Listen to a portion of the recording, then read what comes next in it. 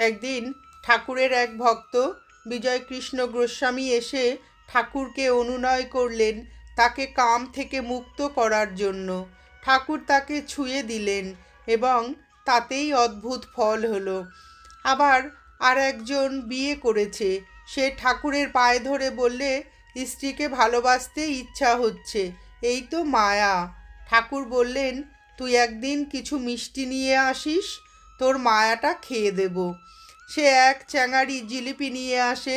রাত্রে খাওয়ার পর ঠাকুর জিজ্ঞাসা করেন, অমুক কিছু এনেছিল? চ্যাঙাড়ি থেকে দুখানা জিলিপি তার পাতে দেওয়া হলো। জিলিপিতে যেই হাত দিয়েছেন অমনি যেন বিচ্ছুর কামড়ের মতো জ্বালা অনুভব করে আসন ছেড়ে উঠে পড়লেন। তারপর হাত ধুয়ে নিলেন। আবার আসনে বসে জিলিপিতে হাত দেবার চেষ্টা করলেন। হাত জিলিপি পর্যন্ত গেল না। তখন বাঁ হাত দিয়ে ডান হাত ধরে টানছেন আর বলছেন, ছাড় মা, ছাড় ছাড়, আমি যে কথা দিয়েছি তাতেও কিছু হলো না। তখন বললেন, ও জিলিপি তোদের খেয়ে কাজ নেই, ফেলে দিস।